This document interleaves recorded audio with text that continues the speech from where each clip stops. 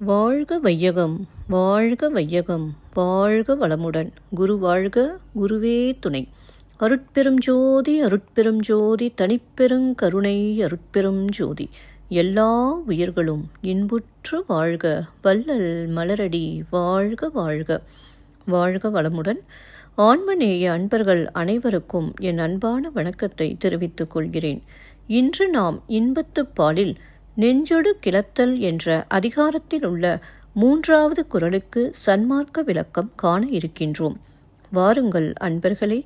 அதிகாரம் நெஞ்சொடு கிளத்தல்.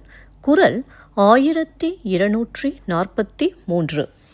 இருந்துள்ளி என்பறிதல் நெஞ்சே, பரிந்துள்ளல் பைதல் நோய் செய்தார்கண் நில். இருந்துள்ளி என்பறிதல் நெஞ்சே, பரிந்துள்ளல் பைதல் நோய் செய்தார்கண் நில். முதலில் உலகியல் விளக்கம் காண்போம். நெஞ்சே, என்னுடன் இருந்து அவரை நினைந்து வருந்துவது ஏன்? இந்த துன்ப நோயை உண்டாக்கியவரிடம் இவ்வாறு அன்பு கொண்டு நினைக்கும் தன்மை இல்லையே. இப்பொழுது சன்மார்க்க விளக்கத்தை காண்போம். அன்புடையவர் என நினைத்து துன்பமாகிய மரண நோய் செய்தவர்களின் இடத்தில் உள்ளேன். நான் உயிர் வாழ நினைத்தால் எதன் மேல் பற்று வைக்க வேண்டும் நெஞ்சே? மீண்டும் ஒரு முறை கூறுகிறேன். அன்புடையவர் என நினைத்து துன்பமாகிய மரண நோய் செய்தவர்களின் இடத்தில் உள்ளேன்.